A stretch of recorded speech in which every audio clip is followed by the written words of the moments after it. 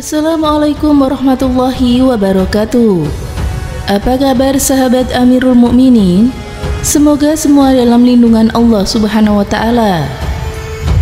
Iblis merupakan makhluk yang dilaknat oleh Allah dan selalu menggoda manusia akan memilih jalan menuju neraka. Sejak awal diciptakannya manusia, yakni Nabi Adam, iblis sudah menunjukkan permusuhannya.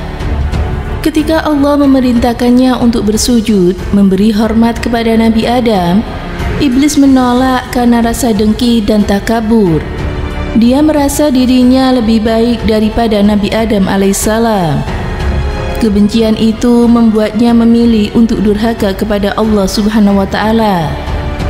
Iblis rela dikeluarkan dari surga dan menjadi makhluk terkutuk sepanjang masa daripada harus hormat kepada manusia. Iblis pun bersumpah akan menjerumuskan manusia agar mengikuti jejaknya. Sejak lahir hingga manusia menuju ajal, manusia tidak akan pernah lepas dari godaannya. Mereka tidak akan pernah membiarkan Bani Adam menjalankan perintah Allah dan Rasul-Nya.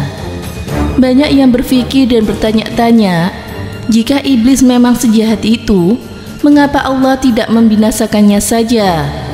Allah tentu tidak menciptakan makhluk tanpa tujuan. Terdapat sebuah kisah saat Nabi Sulaiman menangkap seluruh iblis dan memenjarakannya selama beberapa hari. Lalu apa yang terjadi? Apakah manusia hidup dengan bahagia? Berikut adalah kisah saat Nabi Sulaiman memenjarakan iblis yang telah kami rangkum dari berbagai sumber. Seperti yang kita ketahui, Nabi Sulaiman adalah raja yang agung dan memiliki kerajaan yang sangat besar. Wilayah kekuasaannya sangat luas dan banyak musuh yang tunduk kepadanya dari berbagai golongan, dari golongan manusia, binatang, jin, bahkan iblis. Suatu ketika, Nabi Sulaiman memohon kepada Allah untuk menangkap iblis dan memenjarakannya. Ya Allah, Engkau telah menundukkan kepadaku manusia, jin, binatang buas, burung-burung, dan juga para malaikat. Ya Allah, aku ingin menangkap dan memenjarakan iblis, merantai serta mengikatnya, sehingga manusia tidak berbuat dosa dan maksiat lagi. Namun permintaan itu pun tidak langsung dikabulkan oleh Sang Pencipta. Allah mewahyukan kepada Nabi Sulaiman bahwa tidak ada baiknya jika iblis ditangkap atau dibinasakan. Wahai Sulaiman, tidak ada baiknya jika iblis ditangkap. Tetapi Nabi Sulaiman tetap memohon, Ya Allah, keberadaan makhluk terkutuk itu tidak ada kebaikan di dalamnya. Allah berfirman, jika iblis ditangkap, maka banyak pekerjaan manusia yang akan ditinggalkan. Nabi Sulaiman berkata, Ya Allah, aku ingin menangkap makhluk terkutuk itu selama beberapa hari saja. Allah berfirman, Bismillah, tangkaplah iblis. Kemudian Nabi Sulaiman menangkap iblis, mengikat dan memenjarakannya. Meski Nabi Sulaiman seorang raja yang agung, dalam memenuhi kebutuhan rumah tangganya, beliau lebih memilih makan dari hasil jeripayahnya sendiri dengan bekerja.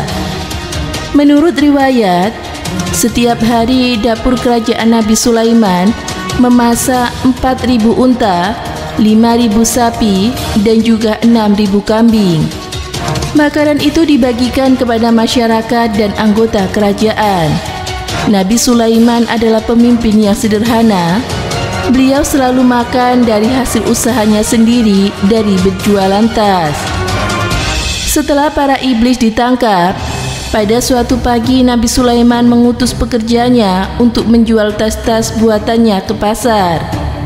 Namun ternyata pasar tutup semua dan tidak ada yang berjualan. Lalu mereka memberitahu hal tersebut kepada Nabi Sulaiman. Nabi Sulaiman bertanya, apa yang telah terjadi? Pekerjanya menjawab, kami tidak tahu wahai Nabi. Maka pada malam itu Nabi Sulaiman tidak makan dan hanya minum air saja. Hari berikutnya, anak buah Nabi Sulaiman kembali menuju pasar hendak menjual tas-tas produksi Nabi Sulaiman. Ternyata kembali mereka dapati pasar masih sepi seperti kemarin. Pasar masih tutup. Orang-orang menuju kuburan mengingat kematian, menangis dan meratapi. Mereka sibuk mempersiapkan bekal menuju akhirat tanpa memperdulikan lagi keindahan duniawi. Nabi Sulaiman heran dengan sikap masyarakat seperti itu. Lalu beliau bertanya kepada Allah Subhanahu wa Ta'ala, "Ya Allah, apa yang sebenarnya telah terjadi? Kenapa orang-orang tidak bekerja mencari nafkah?"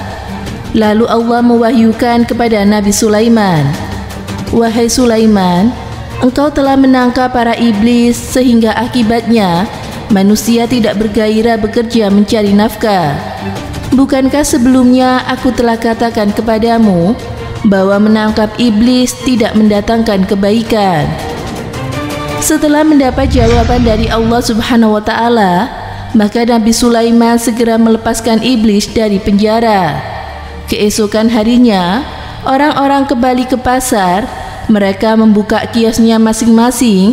Orang-orang kembali bersemangat bekerja mencari harta duniawi untuk makan dan memenuhi kebutuhannya. Dari kisah tersebut, berarti kita tidak boleh berprasangka buruk terhadap ciptaan Allah Subhanahu wa Ta'ala, meskipun kita anggap itu jahat, tidak berguna, bahkan menimbulkan masalah. Sebab Allah Subhanahu wa Ta'ala Maha tahu atas apa yang Dia ciptakan. Semoga dari kisah ini kita bisa mengambil hikmah dan pelajarannya. Semoga bermanfaat. Wallahu a'lam bishawab.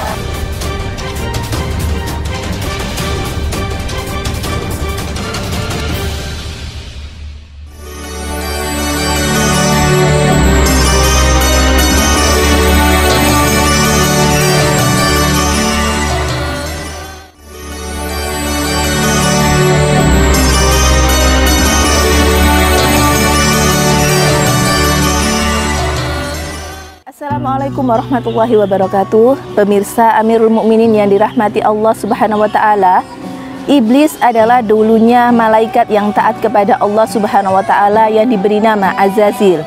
Namun kemudian ia menjadi makhluk terkutuk karena membangkang perintah Allah Subhanahu wa Ta'ala, yaitu ketika iblis menolak untuk disuruh bersujud kepada Nabi Adam alaihissalam. Sejak saat itulah namanya berubah menjadi iblis. Awal mula permusuhan iblis dengan manusia adalah ketika menciptakan Nabi Adam. Tetapi iblis menolaknya untuk bersujud kepada Nabi Adam. Dengan sombongnya ia berkata bahwa ia diciptakan dari api, sedangkan Nabi Adam hanya diciptakan dari tanah. Sejak saat itulah iblis dikeluarkan dari surga dan menjadi makhluk terkutuk. Iblis mendapatkan penanggungan umur sampai atau tidak mati sampai peniupan sangkakala yang pertama. Iblis akan terus menggoda anak cucu Adam agar tergelincir dalam dosa dan masuk neraka bersama mereka. Tetapi Allah memberikan petunjuk kepada manusia melalui para nabi dan rasul agar tidak terjebak tipu daya iblis. Dalam Sahih Muslim dikatakan, iblis bertempat tinggal di lautan yang dikelilingi oleh beberapa ular. Di sanalah ia mengendalikan seluruh aktivitas penyesatan terhadap manusia. Iblis juga membangun kerajaannya di tengah lautan. Tujuannya adalah untuk menandingi arsy-Nya Allah Subhanahu wa Ta'ala.